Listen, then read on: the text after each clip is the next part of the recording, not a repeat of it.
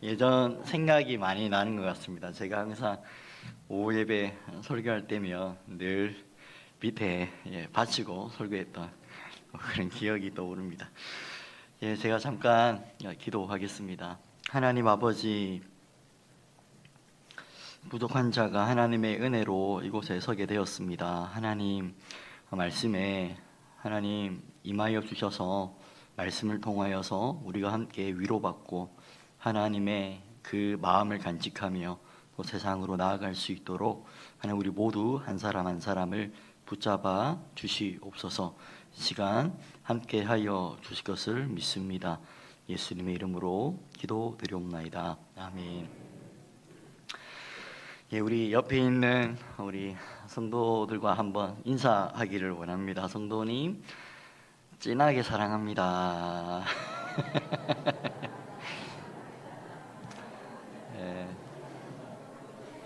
성도님, 당신은 하나님의 소망입니다.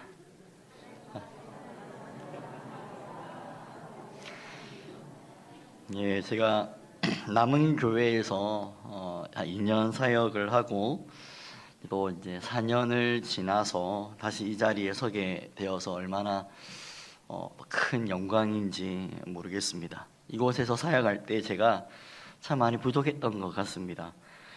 많이 부족했음에도 불구하고 또 담임 목사님께서 또 많이 또 지도해 주시고 또 사랑해 주셨던 그 기억이 있고, 또 성도님들 또한 저의 부족함을 또 인내해 주시고 또 참으시고 또 사랑으로 또 격려해 주시고 또 위로해 주었던 그러한 여러 가지 생각들이 스쳐 지나갑니다. 참 이 자리에 서게 되어서 너무 또 감사하게 생각을 했고, 어떤 말씀을 전해야 될지 또 한 주 계속 고민하고 생각을 했습니다.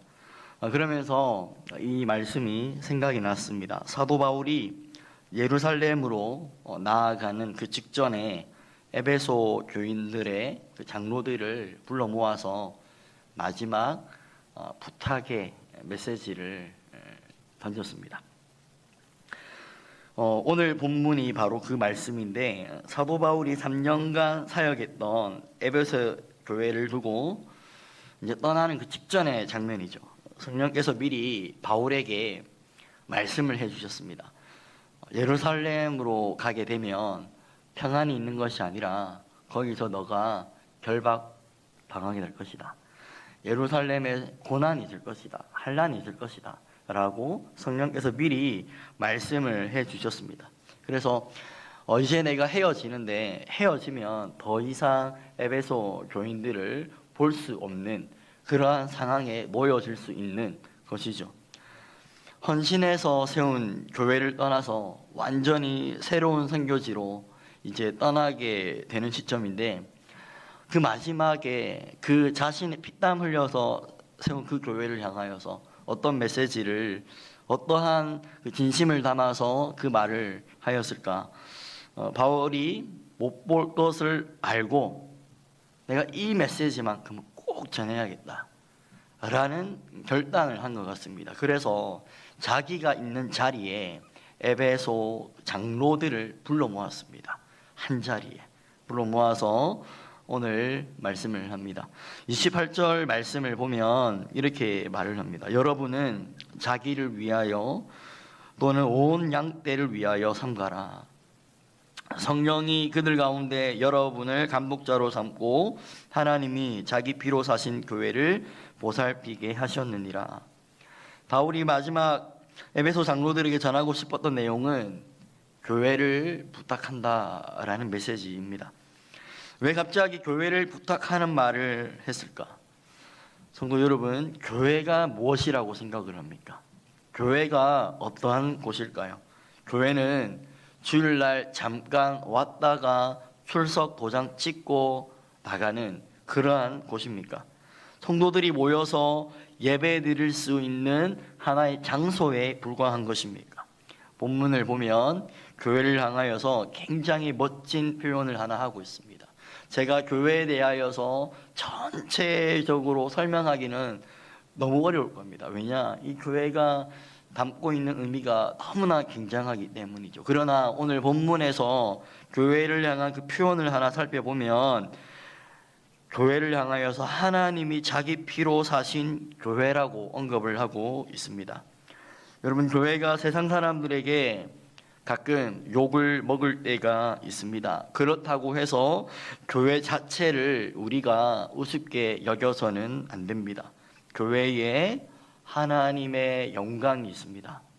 이 모든 세상 만물을 창조하시고도 남는, 이 모든 세상을 다스리시고 이끄시고 영원한 하나님 나라를 이끌어가는 그 하나님의 영광이 이 교회 안에 담겨져 있다라는 것입니다. 본문의 그 표현 하나만으로도 우리가 이 교회가 얼마나 귀한 공동체인지를 알 수 있습니다. 하나님이 자기 피로 사신 하나님의 핏값이십니다. 하나님의 핏값이라고 한다면은 그 아들 예수 그리스도를 내어주신 것입니다. 그 아들 예수 그리스도를 내어주셔서 세운 것이 교회다라는 것이죠. 바울은 이 교회를 설명을 함에 있어서도 더 나아가서 삼위일체 하나님을 모두 다 언급하고 있습니다. 성령이 그들 가운데 여러분을 감독자로 삼고 성령 하나님을 언급하고 있습니다. 또 하나님이 자기 피로 사신 교회라는 그 말 속에 성부 하나님과 성자 하나님의 의미가 포함되어 있습니다. 교회를 설명하면서 성부, 성자, 성령 하나님이 모두 등장하고 있습니다. 세상의 모든 모임은 사람이 만든 모임이죠. 그 모임에는 어떻게 보면은 자신의 욕심을 담아내기도 하고 그 모임을 통하여서 자신의 야망을 이루고자 하기도 합니다. 자신의 필요에 의하여 만든 것입니다. 그러나 교회는 자신 그 모든 것들을 내어놓으면서 세운 것입니다. 하나님께서. 그리고 이 교회는 삼위 하나님이 협력하여서 완전한 하나된 마음으로, 동일한 마음으로 자신의 모든 뜻을 담아내어서 하나님 나라 영원한 그 하나님의 목적을 가지고 이 교회에 모든 것을 쏟아부어서 만들었습니다. 삼위 하나님께서 한 마음이 되어서 교회를 거룩하게 세워주셨습니다. 에베소서 1장 23절에 교회를 세운 하나님의 목적이 나옵니다. 에베소서 1장 23절의 말씀입니다. 교회는 그의 몸이니 만물 안에서 만물을 충만하게 하시는 이의 충만함이니라. 먼저 교회는 그리스도의 몸이라고 말씀하고 있습니다. 그리고 그 몸을 통하여서 만물 안에서 만물을 충만케 하는 일을 하려고 합니다. 만물을 충만케 하기 위하여 삼위 하나님께서 그리스도의 그 핏값으로 세운 것입니다. 다시 말하여 하나님 나라가 이 땅에 이루어짐을 위하여서 그분이 모든 것을 쏟아부어서 이 교회를 만들었다, 세웠다라는 것입니다. 교회는 만물을 충만케 하는 곳입니다. 우리가 사는 세상은 영원한 하나님 나라가 아니라 허무한 것들에게 굴복하게 하고 우리를 노예 삼습니다. 참 평안을 주시는 하나님을 누리지 못하기 때문에 목마름을 채우기 위하여 무언가를 간절히 찾지만 결국에는 노예가 되어 세상 앞에 굴복하게 되는 것입니다. 그런데 하나님을 알게 되면 그 허무한 것에 굴복하던 인생이 회복되어서 영원한 하나님 나라를 소망하며 예수 그리스도로 인하여 충만한 자가 되는 것입니다. 그 충만함을 통하여서 모든 만물 가운데 하나님의 영광을 흘려보내는 그 하나님의 축복의 통로, 하나님의 뜻을 이루는 하나님의 동력자가 되어질 수 있는 것이죠. 교회는 만물을 충만케 하는 충만함입니다.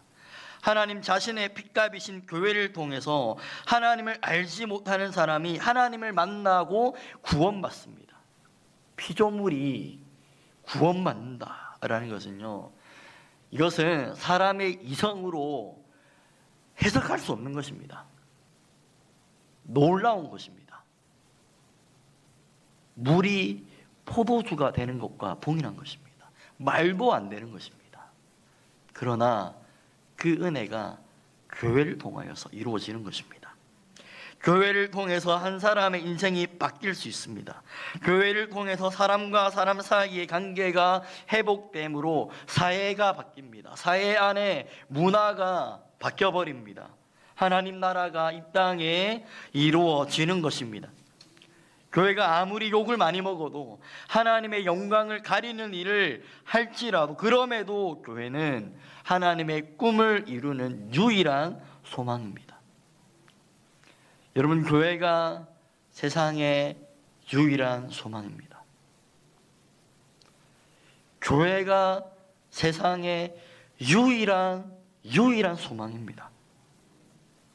성도 여러분, 당신이 바로 하나님의 소망입니다. 기억하십시오. 교회가 무너지면, 이 땅에 교회가 없어지면 하나님은 이 세상을 구원할 수 있는 방법도 없어지는 것입니다. 우리가 가끔 교회를 욕하고 손가락질 할 때가 있습니다. 저 또한 구설수에 오르는 그 교회들을 향하여서 저 또한 그 마음을 가지고 손가락질 할 때가 있었습니다. 그런 교회는 차라리 없어지는 것이 좋지 않을까 생각을 했습니다. 그런데 하나님께서 정말로 교회를 거두시면, 교회가 없어지면 이 세상을 품을 수 있는 교회가 또한 사라지는 것입니다. 저와 여러분은 이 땅의 교회가 하나님의 부르심과 사명을 쫓아서 그 길을 끝까지 완주할 수 있도록 우리가 서로 협력하고 기도하고 같은 동력자의 마음으로 기도해야 될 줄을 믿습니다. 하나님은 이 소중한 교회를 저와 여러분에게 부탁하셨습니다. 28절 말씀을 다시 한 번 더 읽어보면, 여러분은 자기를 위하여 또는 온 양떼를 위하여 삼가라. 성령이 그들 가운데 여러분을 감독자로 삼고 하나님이 자기 피로 사신 교회를 보살피게 하셨느니라. 자기를 위하여 또는 온 양떼를 위하여 삼가라. 이 말씀이 무슨 뜻입니까? 여러분, 자기 자신을 살피십시오. 그리고 양떼를 잘 보살피십시오라는 말입니다. 이 귀중한 교회를 천사들에게 맡긴 것이 아니라 하나님께서 직접 하시는 것도 아니라 우리에게 맡겼다라는 것입니다. 바울이 말한 거지만 예수님께서 승천하시기 전에 제자들에게 말씀하신 것과도 매우 연관되는 것입니다. 마지막 하나님 나라가 완성되는 그날까지 주님은 제자들에게 부탁의 메시지를 던졌습니다. 교회를 지켜라. 교회를 보살펴라. 제자들에게도 부탁을 하셨죠. 얼마나 큰 부탁이고 얼마나 영광스러운 일입니까? 하나님을 알지 못하는 이를 향하여 선교하고 복음 전하는 것 또한 하나님의 명령입니다. 교회가 해야 하는 일이 맞습니다. 그 또한 중요하지만 또 중요한 것이 교회를 위한 헌신의 삶도 필요한 것입니다. 아니요, 선교와 이 모든 것들이 다 교회를 위한 것이죠. 단지 주일날 출석하고 예배드리기 위한 장소로 왔다 갔다 하는 것이 교회가 아닙니다. 연말이 되면 어떤 조직이든지 간에 인사 발표를 합니다. 교회도 조직이 있기 때문에 사람을 세울 수밖에 없죠. 사회에서 연말 그 승진 그 명단에 자기의 이름이 빠지면 어떻습니까? 절망하고 슬퍼하고 힘이 쭉 빠집니다. 자기가 몸담고 있는 그 조직에서 시간이 지나면 자연스럽게 인정받고 승진되는 것은 누구나 동일한 마음일 것입니다. 그런데 유독 교회에서는 지책을 맡는 것을 부담스러워하는 경향이 있는 것 같습니다. 교회는 그리스도의 몸입니다. 그러면 교회를 섬기는 것은 곧 그리스도를 섬기는 것이고 하나님을 섬기는 것입니다. 우리가 사회에서 대통령을 가까이 하고 일을 하면 그 자리를 얼마나 자랑스럽게 생각을 합니까? 많은 이들에게 그것으로 인하여서 어깨를 쭉 펴고 다니지 않겠습니까? 세상 사람들은 그것을 부러워하죠, 사실. 그러나 여러분, 하나님을 섬기는 일입니다. 우리를 위하여 자신의 모든 것들을 내어주신 그 주님을 섬기는 일인데 얼마나 영광스럽고 복된 것입니까? 그래서 사도 바울은 나의 생명조차 조금도 귀한 것으로 여기지 아니하노라 고백하며 자신의 그 남은 그 삶을 교회의 영광으로 채우기를 간절히 소원하며 주어진 그 사명을 따라서 그 길이 험난한 길이고 그 길이 고난의 길이고 자기가 죽을 수 있다는 것을 알면서도 영광스럽게 그 길을 생각하며 그 길을 완주했습니다. 지금 여러분은 내 시간과 재정과 재능 이러한 것들을 어디에 가장 많이 쏟아붓고 있습니까? 마지막 하나님께서 반드시 오시는데 그때 우리 모두가 하나님 앞에 서게 될 것입니다. 무엇을 하시다가 마지막 그 나라 완성될 때 주님 앞에서 서게 되겠습니까? 여러분, 마지막에 주님 앞에 설 때 무엇을 보여드리겠습니까? 교회가 만물을 충만케 하는 세상을 구원하는 그리스도의 몸이라는 것을 믿으시기를 바랍니다. 우리에게는 목적이 있습니다. 하나님의 그 부르심의 목적이 있습니다. 그렇기 때문에 여러분에게 권면합니다. 사랑하는 성도 여러분, 하나님 나라 가장자리에 있지 마시고 하나님 나라를 세워가는 그 중심에 있기를 주님의 이름으로 축원드립니다.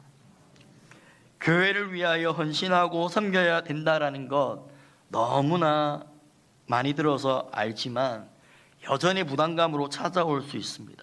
굳이 내가 해야 되나? 내가 하지 않아도 다른 사람 얼마든지 잘 섬길 수 있지 않는가? 하루하루 살아가는 것도 힘든데 이러한 모든 것들이 부담으로 적용할 수 있습니다. 이해가 됩니다. 그런데 바울의 모습을 보십시오. 바울이 이 길이 힘든 거 알지만 갔습니다. 22절 23절 말씀을 보면 보라, 이제 나는 성령에 매여 예루살렘으로 가는데 거기서 무슨 일을 당하는지 알지 못하노라. 오직 성령이 각 성에서 내게 증언하여 결박과 환난이 나를 기다린다 하시니. 거기서 무슨 일이 일어날지 구체적으로는 모릅니다. 그런데 성령께서 말씀을 하셨습니다. 거기에 고난이 있다, 환난이 기다리고 있다. 얼마나 막막합니까? 고난이 있다라고 말씀하셨어요. 그런데 거기서 어떤 고난이 있는지, 내가 어떤 상황을 만나는지 전혀 가늠이 되지 않습니다. 주님이 그래도 말씀해 주신 거예요. 지금 사도 바울은 에베소 장로들과의 만남 이후에 예루살렘으로 급히 출발을 하려고 합니다. 그런데 그 길을 향하여서 성경이 뭐라고 말씀하고 있냐면 성령에 매여 있다라는 표현을 쓰고 있습니다. 다시 말하면 하나님의 뜻 가운데 매여 있다라는 것입니다. 그런데 이상한 점이 그 길이 평안하다, 그 길이 형통하다, 그 길이 무엇이든지 잘 풀릴 거다라는 것이 아니라 고난과 환난이 기다리고 있다라는 것입니다. 하나님 뜻대로 가는데 성령이 이끄시는데 왜 고난이 있습니까? 하나님께서 고난이 있다라는 것을 알려주셨으니, 미리 알려주셨으니 너무나 감사합니다. 그러면 이 길 가지 않겠습니다 라는 것이 일반적인 정상적인 반응이 아니겠습니까? 그런데 사도 바울은 그것을 알면서도 갑니다. 왜일까요? 사명이기 때문입니다. 교회에게 주어지는 각자에게 하나님께서 주어 주시는 사명이 있기 때문입니다. 그 사명이 있기 때문에 알면서도 가는 것이죠. 24절 말씀입니다. 내가 달려갈 길과 주 예수께 받은 사명 곧 하나님의 은혜의 복음을 증언하는 일을 마치려 하면은 나의 생명조차 조금도 귀한 것으로 여기지 아니하노라. 성령님은 분명히 사도 바울이 예루살렘으로 올라가면 고난 당할 거라고 말씀하였습니다. 하나님께서 고난이 있으니 가지 마라고 말씀하신 것이 아니라 가면 고난이 있을 거라고 말했습니다. 고난이 있지만 가라는 것입니다. 여러분, 하나님의 뜻을 찾을 때 그것이 무조건 성공의 길이고 편안한 길인가 물으시면 안 됩니다. 많은 성도들이 하나님의 인도하심을 구할 때 오해하는 것 중에 하나가 하나님의 인도하시는 그 모든 것들에게는 어려움도 없고 환난도 없고 평안하고 형통하고 풍성할 거라고 생각을 합니다. 바울이 성령에 매여서 예루살렘에 올라가고자 할 때 그 기준은 성공이 아니었습니다. 성공과 실패가 아니었습니다. 실패할 것을 알면서도 그 길을 갔는데 그 기준이 무엇이냐면 하나님이 기뻐하시느냐, 하나님이 기뻐하시지 않느냐입니다. 이것이 사도 바울의 기준이었고 원칙이었습니다. 주님이 기뻐하시면 힘들어도 어려워도 감당하는 것입니다. 여러분은 어떤 일을 결정할 때 무엇이 기준입니까? 성공이 기준인 사람은 실패할 일은 손에 대지 않습니다. 사업가들은 실패할 것을 손에 대지 않습니다. 우리는 사업가가 아닙니다. 우리는 사명받은 자잖아요. 부르심 받은 자입니다. 제자입니다. 주님이 가라고 할 때, 주님이 말씀하실 때 그냥 아멘 순종하는 것이 제자의 모습이고 교회의 모습이어야 합니다. 성공과 실패가 기준이 되면 그렇게 될 수가 없습니다. 그러나 우리의 모든 삶의 기준이 하나님의 영광, 하나님이 기뻐하시느냐, 하나님이 싫어하시느냐, 그 기준이 된다면 실패할 거 알면서도 갈 수 있습니다. 세상에 완벽한 사람이 어디 있습니까? 아무도 없습니다. 성경에 나오는 수많은 그 위대한 하나님의 사람들 중에 실패를 다 경험했습니다. 예수님 외에 모두가 다 실패와 좌절을, 절망을 경험하게 됩니다. 그런데 그들에게 나타난 한 가지 특징이 뭐냐면 그 넘어짐에도 불구하고 그 쓰러짐에도 불구하고 끝까지 복음을 붙잡고 애씀의 노력이 있었다라는 것입니다.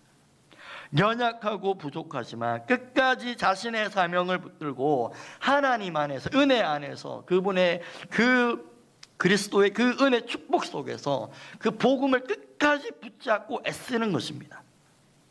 저는 이것이 성령에 매여 있는 사람이라고 생각을 합니다. 성령에 매여 있는 사람이라고 다 평탄한 거 아닙니다.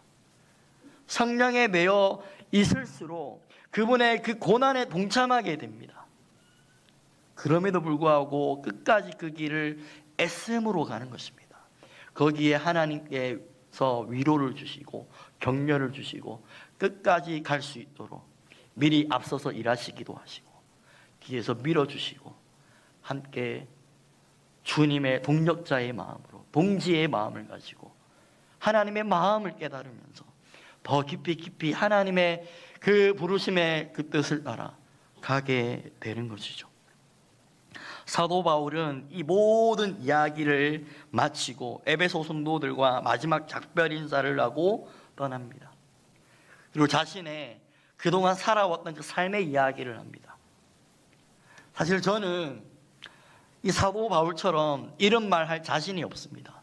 사도 바울은 그 에베소 성도들에게 그리스도를 따라가는 삶이 어떠한 삶인지를 삶으로 다 보여줬어요. 주는 자가 받는 자보다 낫다. 이 삶을 실제로 살았습니다. 사실 저는 이제 선교지로 나가지만 여전히 부족합니다. 연약합니다. 바울이 살아왔던 그것을 보면 여전히 갈 길이 멉니다. 그러나 저 또한 애씀으로 그 길을 가고 싶습니다. 그곳에서 주님이 나에게 보여주신 그 사랑, 실천하고 싶고 순종하고 싶습니다. 그리고 많은 이들에게 하나님의 살아계심을 보여주고 싶습니다. 우리 함께 그러한 삶을 살아가기를 원합니다. 29절 30절 말씀에 보면 내가 떠난 후에 사나운 이리가 여러분에게 들어와서 그 양떼를 아끼지 아니하며 또한 여러분 중에서도 제자들을 끌어 자기를 따르게 하려고 어그러진 말을 하는 사람들이 일어날 줄을 내가 아노라. 그 당시의 상황을 보면 이단들이 옛날이나 지금이나 있었던 것 같습니다. 이러한 상황을 사도 바울이 알고 있다면 사실 떠나지 않는 게 정상입니다. 자신이 떠나면 그 이단들이 일어나서 교회를 혼란스럽게 할 거라는 것을 알고 있습니다. 그럼에도 바울이 떠납니다.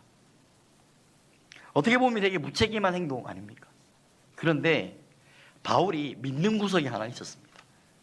그걸 알면서도 그 떠남에 있어서 32절에 말씀을 합니다. 지금 내가 여러분을 주와 및 그 은혜의 말씀에 부탁하노니 그 말씀이 여러분을 능히 든든히 세우사 거룩하게 하심을 입은 모든 자 가운데 기업이 있게 하시리라.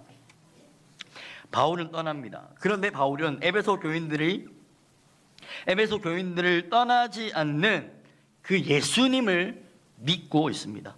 바울은 장로들에게 교회를 맡긴 것이 아닙니다. 장로들을 불러 모아서 이야기를 하지만 사실 그 장로들에게 교회를 맡기는 것이 아니라 예수님과 그 주님과 그 은혜의 말씀에 부탁을 하고 있는 것입니다.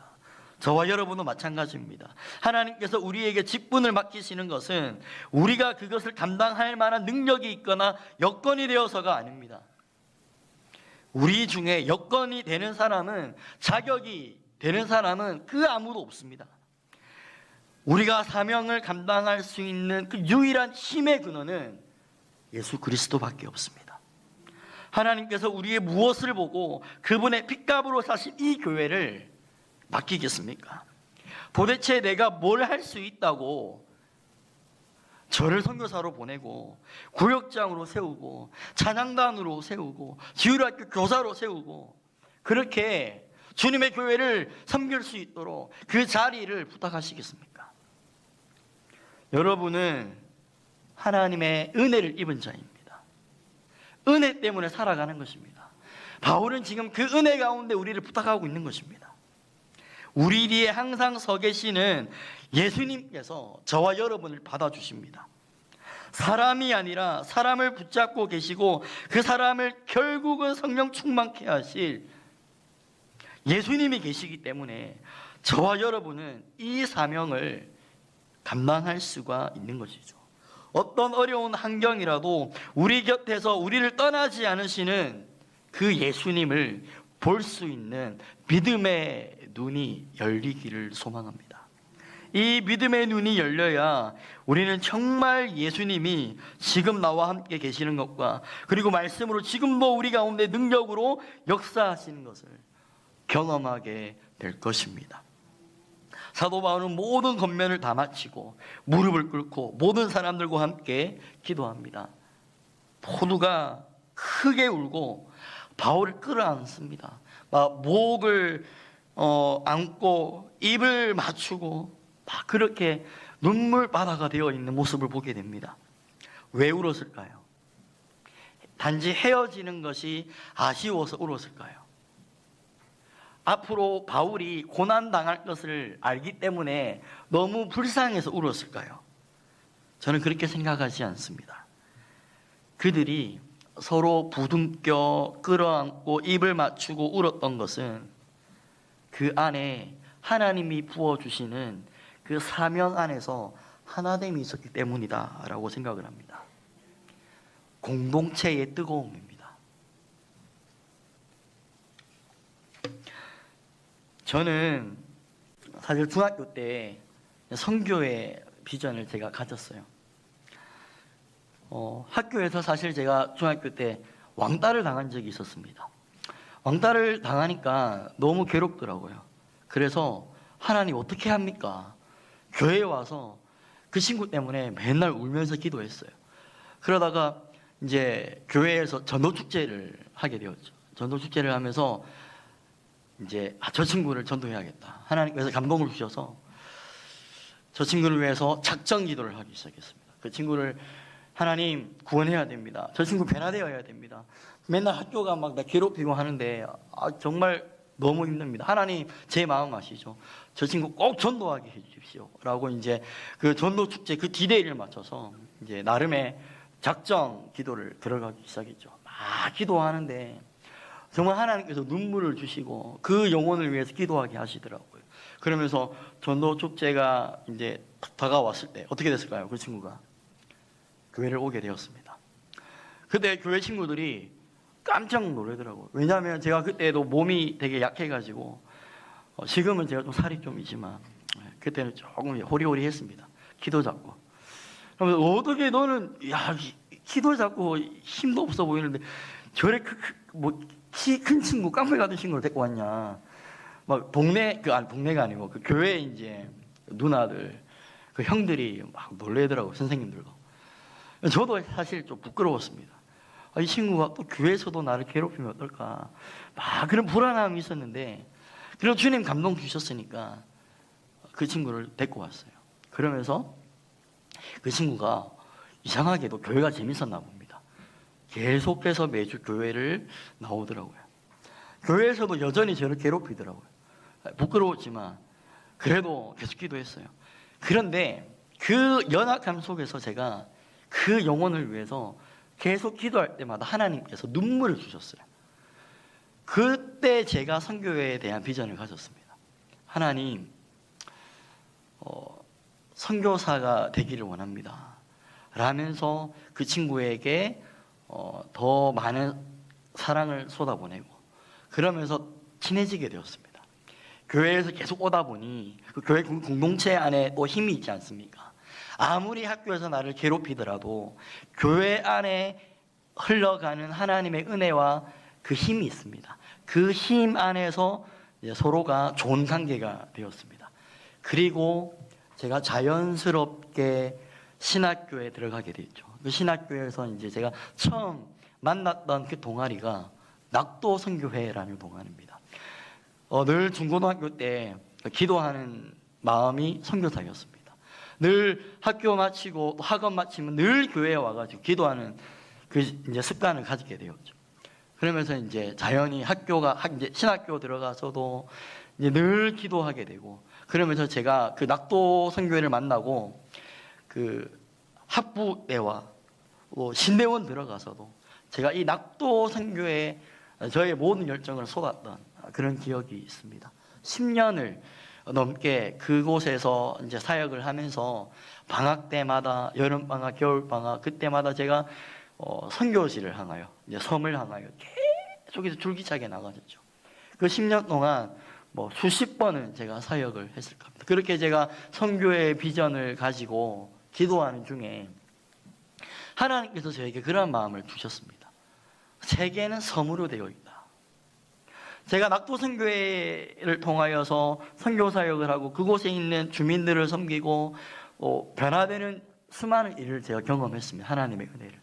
그리고 그 감격 속에서 기도하는 가운데 세계가 섬으로 되어 있다라는 그 마음을 하나님이 주시더라고요. 그리고 남미를 바라봤습니다. 남미라는 대륙을 품고 또 기도하게 됐죠. 그리고 자연스럽게 또 남미에서 이제 사역을 하다가 들어온 선교사님을 만나고 교제하게 되고, 그러다가 제가 이제 비전 트립으로 남미를 갔다 오면서 지금도 여전히 남미의 그 꿈을 품고 나아가고 있습니다.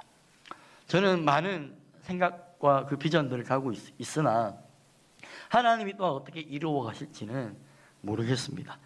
브라질은 우리나라의 반대편에 있는 나라입니다. 여기서 땅을 파면 나오는 데가 브라질입니다.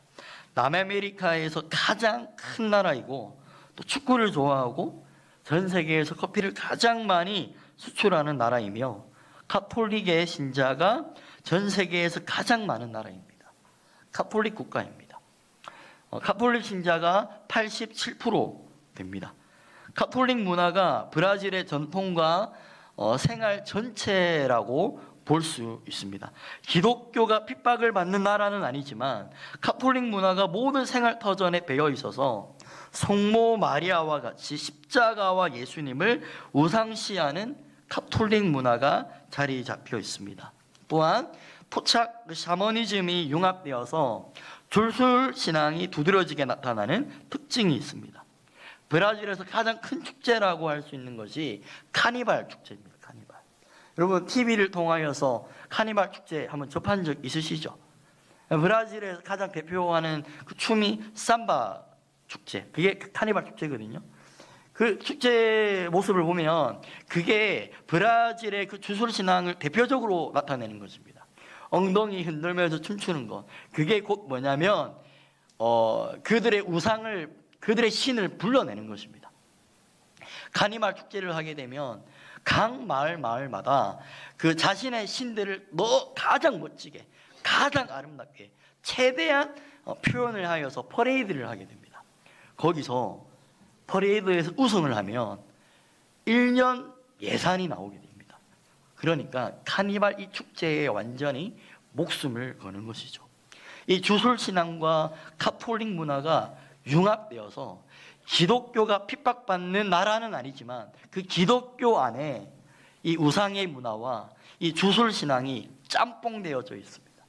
그래서 이단들이 되게 많이 활동하는 나라가 브라질입니다. 오갈 데 없는 이들도 많이 있습니다. 빈부격차가 너무 심해서 브라질은 사실 못 사는 나라가 아닙니다. 자원이 정말 많은 나라입니다. 미국이 부러워하는 나라가 브라질입니다. 그런데 정치가 너무 부패되어 있어서 빈부격차가 굉장히 심합니다. 그리고 가난한 자들 그 안에는 범죄와 마약과 이런 모든 그 범죄가 가득한 곳이 그 가난한 자들의 그 무리들입니다. 하나님은 왜 이렇게 연약하고 부족한 우리 가정을 선교사로 부르시는 것일까? 하나님께서 저희 가정에게 말씀을 해주셨습니다. 너희가 나를 택한 것이 아니요 내가 너희를 택하여 세웠나니 이는 너희로 가서 열매를 맺게 하고 또 너희 열매가 항상 있게 하여 내 이름으로 아버지께 무엇을 구하든지 다 받게 하려 함이라. 내가 이것을 너희에게 명함은 너희로 서로 사랑하게 하려 함이니라. 아멘. 하나님의 그 부르심 앞에 왜라는 질문이 아니라 하나님의 전적인 은혜 앞에 감사할 일밖에 없음을 깨닫습니다. 그래서 선교에 대한 두려움보다는 예수님 안에서 서로 사랑하는 그리스도인의 모습으로 선교지에서 선교할 수 있도록 은혜를 구하는 것이 더 중요함을 고백합니다. 두려움보다 앞서는 것이 하나님의 은혜입니다. 그것이 저희 가정이 할 수 있는 최선이다라고 생각을 합니다. 물론 두려움과 걱정이 존재하지만 하나님 나라를 소망하며 애씀으로 나아가기를 소망합니다. 사실 제가 선교를 나가는 것은 저의 사역으로만 끝나는 것이 아니라 여러분과 함께 이 사역을 이루어 드리는 것이라고 저는 생각을 합니다. 그래서 저는 선교지에서도 한국 교회를 위하여서 기도하는 것을 멈추지 않을 것입니다. 그리고 저는 여러분의 기도가 정말 필요합니다. 저희 가정은 너무나 연약합니다. 너무나 부족합니다. 그렇기 때문에 공동체가 있는 것이죠. 하나님께서 우리 모두를 공동체로 불러주지 않았습니까? 저는 선교지로 나갈 것입니다. 또한 여러분은 또한 이 교회에서 각자의 그 삶 모든 곳에서 하나님이 주신 그 사명이 있을 것입니다. 모두가 협력하여서 하나님의 나라를 이루어 가는 것이죠. 부르심을 따라서 각자의 자리에서 사명을 이루어 갈 때 하나님께서 저와 여러분을 끝까지 책임지시고 함께 하시 않겠습니까? 우리 모두가, 저는 이제 또 가면 언제 올지 모르겠습니다. 오고 가는데 비행기 값이 너무 비쌉니다. 저희 가정 가는데 이번에 비행기값만 1,000만 원 가까이 들었습니다. 나오기 너무 힘듭니다. 그래서 안식년쯤 되면 특별한 일이 없다면 안식년이나 그쯤에 오지 않을까라는 생각이 듭니다. 저희 가정을 생각해 주셔서 꼭 기도해 주시기를 바랍니다. 저 또한 남은 교회에서 받았던 그 사랑 잊지 않고 교회를 위하여서 기도하겠습니다. 우리가 협력하여서 하나님의 영광을 향하여서 그 사명 끝까지 완주하기를 간절히 소망합니다. 기도하겠습니다. 하나님 아버지,